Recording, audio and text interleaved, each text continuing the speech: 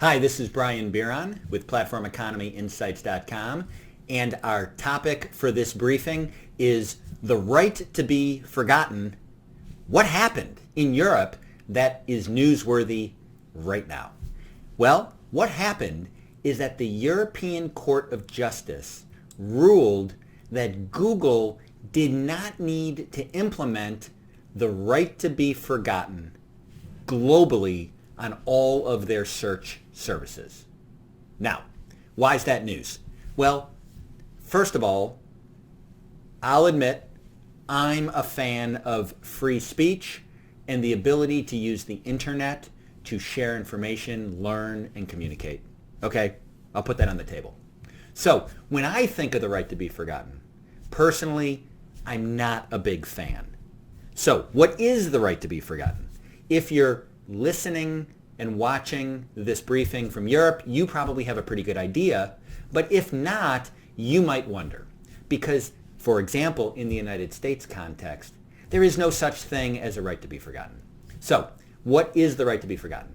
It's basically the idea that people have a right to have news about them hidden. Now, the terms that are used in the context of the legislation in Europe were information that was inadequate, irrelevant, or no longer relevant, or excessive. How has this played out? Well, the right to be forgotten came from, for example, a court case in Spain where a businessman who had been essentially convicted of like a tax evasion kind of business deal issue, years later was frustrated that despite this being an old case, despite the fact that essentially he had paid his fines and moved on, that when somebody searched his name on the internet, and in particular on Google, which has such a huge share of the search market in Europe, for example, that when people would search his name, they would keep getting up near the top of the search results stories about this tax-related business problem from years earlier. And he felt like that was totally unfair, that he should be able to move on in terms of his story essentially on the internet, be able to move on. So Europe and the European government acted, and they created something called the right to be forgotten. And it is essentially a process where people like that gentleman in Spain can contact an internet search business and ask them to delist from their search results stories that meet that criteria.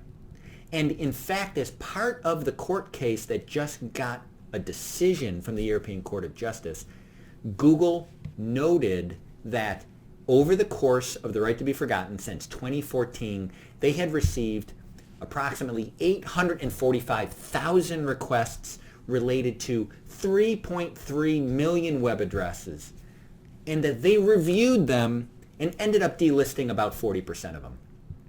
That's a lot of work, first off. Secondly, that's a lot of information that was no longer available if you searched something. And there's two sides to every one of those questions. Do people have the right to know about it compared to do people have a right not to have things that are essentially old and in their view out of date, hidden from view from internet search?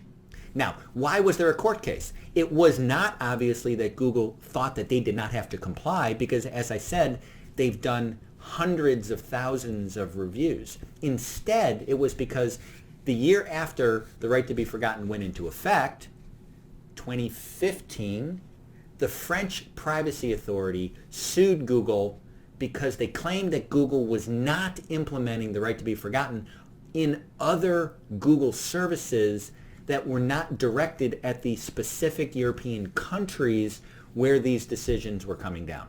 So they would get a notice in France, and they would, in fact, if they decided that they should take the link down, they would hide the links for people going to Google in their French service. So I presume it's google.fr.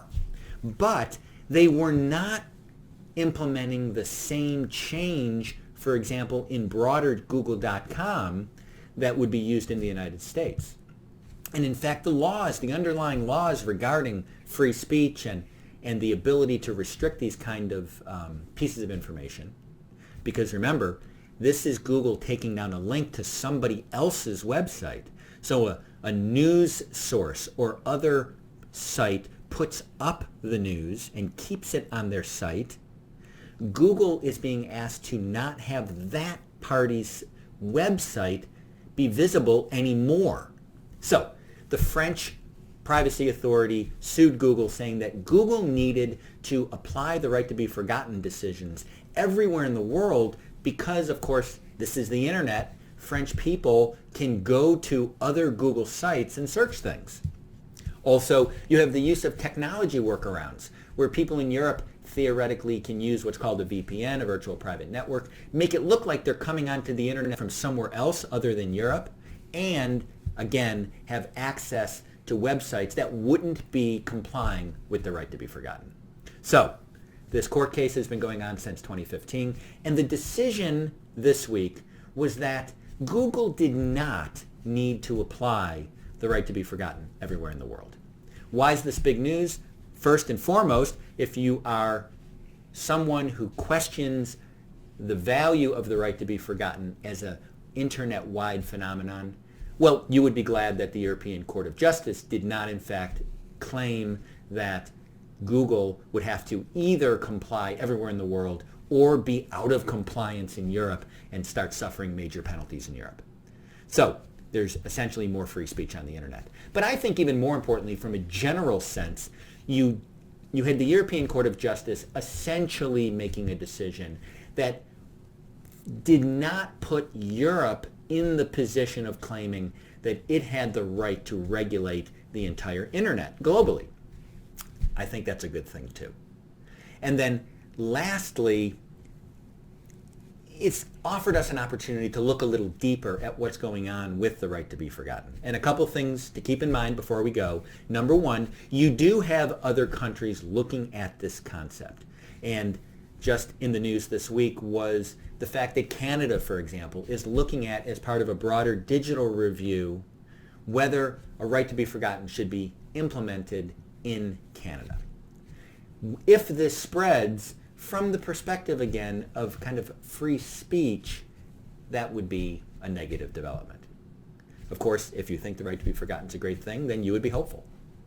A second thing to keep in mind is that while the European-wide law is aimed at search businesses, which again in Europe tends to pretty much mean Google because of market shares that tend to exceed 90% in many markets, the general concept has been applied in some countries to the media entities themselves, and that does not always mean giant businesses. And there was a great story in the New York Times about a very small Italian media site, essentially a husband and wife team who were both journalists, who put together in like 2010 to 2017 a small local media enterprise in Italy, and in fact was sued based on them putting up a story and keeping it on the website about basically a family squabble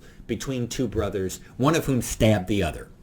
Now, that went to court in Italy, and based on the concept of the right to be forgotten, that website was forced to take it down and in fact was charged with meaningful financial penalties for noncompliance. They've ended up shutting down their business. Why is this an interesting story? It's interesting because while the European-wide law was passed to apply only to search businesses, which were thought of as basically Google, a very giant company with plenty of resources to do this very detailed work of investigating all these claims that certain things on the web are irrelevant and out of date, that it's actually potentially also applied in some places to even small enterprises and the small media enterprises themselves, which really gets an even level deeper into how this becomes kind of a form of censorship. So this gave us an opportunity to see a story like that. It's worth reading if you get our emails, and I hope you do. I hope you sign up for the Platform Economy Insights daily or almost daily emails. You would have seen a link to this story. It really was worth the time to read it. So this is Brian Bieron with PlatformEconomyInsights.com, giving some news on what happened on the right to be forgotten in the European Court of Justice this week. The headline being that Google won a case. With that, please send any questions you might have. We have an email right below in the box that you can send questions in. I'll be sure to answer them. Until our next briefing, this is Brian Bieron. Bye-bye.